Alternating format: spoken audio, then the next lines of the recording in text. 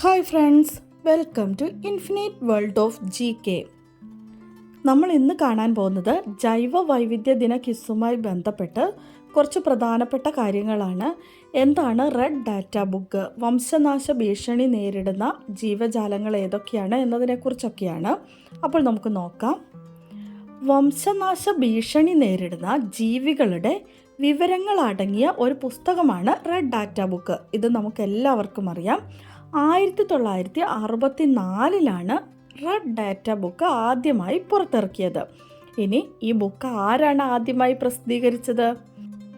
Red data book പ്രസിദ്ധീകരിക്കുന്നത് IUCN ആണ്, international union for conservation of nature. IUCNൻ്റെ ആസ്ഥാനം എവിടെയാണ്? കഴിഞ്ഞ ദിവസം നമ്മൾ കണ്ടതാണ്, ഗ്ലാൻഡ്, സ്വിറ്റ്സർലാൻഡ്. ഇത് സ്ഥാപിതമായത് 1948 ഫ്രാൻസിലാണ് സ്ഥാപിതമായത്. ഇപ്പോഴത്തെ ആസ്ഥാനം സ്വിറ്റ്സർലാൻഡിലാണ്. അടുത്തത്, വംശനാശ ഭീഷണിയുടെ തീവ്രത അനുസരിച്ച് IUCN ജീവികളെ എത്ര ഗ്രൂപ്പുകളായിട്ടാണ് വേർതിരിച്ചിരിക്കുന്നത്? 9 ഗ്രൂപ്പുകളായിട്ടാണ് വേർതിരിച്ചിരിക്കുന്നത്. Extinct in the wild, critically endangered, vulnerable, near threatened, least concerned, data deficient, not evaluated. ഇങ്ങനെ 9 ഗ്രൂപ്പുകളായിട്ടാണ് IUCN ജീവികളെ വേർതിരിച്ചിരിക്കുന്നത്. റെഡ് ഡാറ്റ ബുക്കിൽ 6 നിറങ്ങളിലുള്ള ഷീറ്റുകളുണ്ട്. ഓരോ നിറങ്ങളും എന്തിനെയാണ് സൂചിപ്പിക്കുന്നതെന്ന് നമുക്ക് നോക്കാം. ആദ്യം കറുപ്പ് വംശനാശം സംഭവിച്ച ഇനങ്ങളെയാണ് സൂചിപ്പിക്കുന്നത്. അതായത് എക്സാമ്പിൾ നോക്കാം. മൗറീഷ്യസിലെ ഡോഡോ പക്ഷി, പാസഞ്ചർ പ്രാവ്, മാർസുപ്പിയൽ ചെന്നായ അഥവാ തൈലാസിൻ, ഇങ്ങനെയുള്ള ജീവികളെയൊക്കെ, അതായത് വംശനാശം സംഭവിച്ച് കഴിഞ്ഞ ജീവികളെ സൂചിപ്പിക്കാനാണ് കറുപ്പ് ഉപയോഗിക്കുന്നത്. അടുത്തത് ചുവപ്പ്, വംശനാശ ഭീഷണി നേരിട്ടുകൊണ്ടിരിക്കുന്ന ജീവികൾ. Example the giant panda, Lycaon pictus അഥവാ ആഫ്രിക്കൻ വൈൽഡ് ഡോഗ്, ഏഷ്യൻ ആന, ബ്ലൂ വെയിൽ എക്സെട്ര. അടുത്ത കളറ് ആംബർ, ദുർബലമായ ഇനങ്ങളെ സൂചിപ്പിക്കാനാണ് ആംബർ ഉപയോഗിക്കുന്നത്. എക്സാമ്പിൾ മേഘങ്ങളുള്ള പുള്ളിപ്പുലി, blackbuck, Nicobar flying fox, Nilgiri marten, barasingha, takin and wild ass എന്നിങ്ങനെയുള്ള ദുർബലമായ ഇനങ്ങളെ സൂചിപ്പിക്കാനാണ് ആംബർ ഉപയോഗിക്കുന്നത്. അടുത്തത് വെള്ള, വളരെ അപൂർവ ഇനം ജീവികളെ സൂചിപ്പിക്കാനാണ് വെള്ള ഉപയോഗിക്കുന്നത്. അടുത്തത് പച്ച, വംശനാശ ഭീഷണി നേരിടുന്ന ജീവികളല്ലാത്തവയാണ് പച്ച കൊണ്ട് ഉദ്ദേശിക്കുന്നത്. ചാരനിറം വംശനാശ ഭീഷണി നേരിടുന്നതും വളരെ അപൂർവവും ദുർബലവുമായ ജീവജാലങ്ങളെയാണ് ചാരനിറം ഉപയോഗിച്ച് സൂചിപ്പിക്കുന്നത്. അടുത്തത്, വംശനാശ ഭീഷണി നേരിടുന്ന ഇന്ത്യയിലെ കുറച്ച് പ്രധാനപ്പെട്ട മൃഗങ്ങളുടെ പേരുകളാണ്.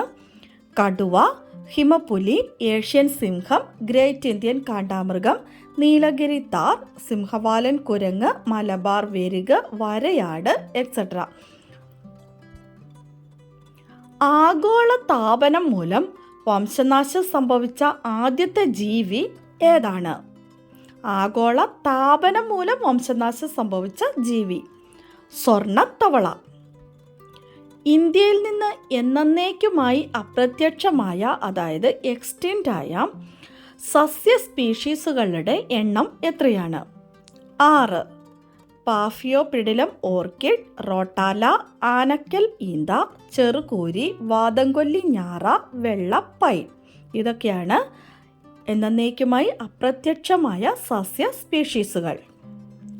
വംശനാശ ഭീഷണി നേരിടാൻ സാധ്യതയുള്ള, അതായത് വൾനറബിളായ പട്ടികയിൽ 1-ാം സ്ഥാനത്തുള്ള സംസ്ഥാനം ഏതാണ്? കേരളം. ഇന്ത്യയിൽ നിന്ന് തീവ്രമായി വംശനാശത്തിൻ്റെ വക്കിൽ നിൽക്കുന്ന, അതായത് ക്രിട്ടിക്കലി എൻഡേഞ്ചേർഡ് ആയ പട്ടികയിൽ ഇടം പിടിച്ച സ്പീഷീസുകളുടെ എണ്ണം എത്രയാണ്? 132, 132 സ്പീഷീസുകൾ. പ്ലാന്റ്സും ആനിമൽസും ചേർത്താണ് 132 സ്പീഷീസുകൾ. റെഡ് ഡാറ്റ ബുക്കിൽ ഇടം നേടിയ കേരളത്തിൽ നിന്നുള്ള വന്യജീവി സങ്കേതം ഏതാണ്? പറമ്പിക്കുളം. വംശനാശ ഭീഷണിയുള്ള പറക്കുന്ന അണ്ണാൻ കാണപ്പെടുന്ന ഇന്ത്യയിലെ നാഷണൽ പാർക്ക് ഏതാണ്? നംദാഫ നാഷണൽ പാർക്ക്, അരുണാചൽ പ്രദേശ്. നമ്മുടെ കഴിഞ്ഞ ദിവസത്തെ ബോണസ് ക്വസ്റ്റ്യൻ നോക്കാം. അമേരിക്കയിലെ ന്യൂക്ലിയർ പരീക്ഷണത്തിന് എതിരെ ബ്രിട്ടീഷ് കൊളംബിയയിൽ 1971 രൂപം കൊണ്ട പ്രസ്ഥാനം ഏതാണ്? Answer green peas. എല്ലാ കൂട്ടുകാരും ആൻസർ കറക്റ്റായി പറഞ്ഞിട്ടുണ്ട്. എല്ലാവർക്കും ഒത്തിരി അഭിനന്ദനങ്ങൾ. അതുപോലെ തന്നെ കഴിഞ്ഞ ദിവസത്തെ നീലക്കുറിഞ്ഞി ബയോഡൈവേഴ്സിറ്റി ക്വിസിൽ പങ്കെടുത്ത എല്ലാവർക്കും ഒത്തിരി അഭിനന്ദനങ്ങൾ. വിജയികളായവർക്ക് ഒത്തിരി അഭിനന്ദനങ്ങൾ നേരുന്നു. തുടർന്നും വീഡിയോ കണ്ട് സപ്പോർട്ട് ചെയ്യണമെന്ന് എല്ലാവരെയും ഒന്നുകൂടി ഓർമ്മിപ്പിച്ചുകൊണ്ട് നമുക്ക് ഇന്നത്തെ ബോണസ് ക്വസ്റ്റ്യൻ കാണാം. ആഫ്രിക്കയുടെ തെക്കൻ ഭാഗങ്ങളിൽ നിന്നും വംശനാശം സംഭവിച്ച ഒരു ജീവിയുണ്ട്. ആ ജീവി ഏതാണ്? ആഫ്രിക്കയുടെ തെക്കൻ ഭാഗങ്ങളിൽ നിന്നും വംശനാശം സംഭവിച്ച ജീവി ഏതാണ്? ആൻസർ അറിയാവുന്നവർ വേഗം തന്നെ കമൻറ്റ് ചെയ്തോളൂ. ഇന്നത്തെ വീഡിയോ നിങ്ങൾക്ക് ഇഷ്ടമായി കാണുമെന്ന് വിചാരിക്കുന്നു. അടുത്ത ദിവസം ഇതിൻ്റെ ബാക്കി ഭാഗങ്ങളുമായി നമുക്ക് വീണ്ടും കാണാം. Thanks for watching.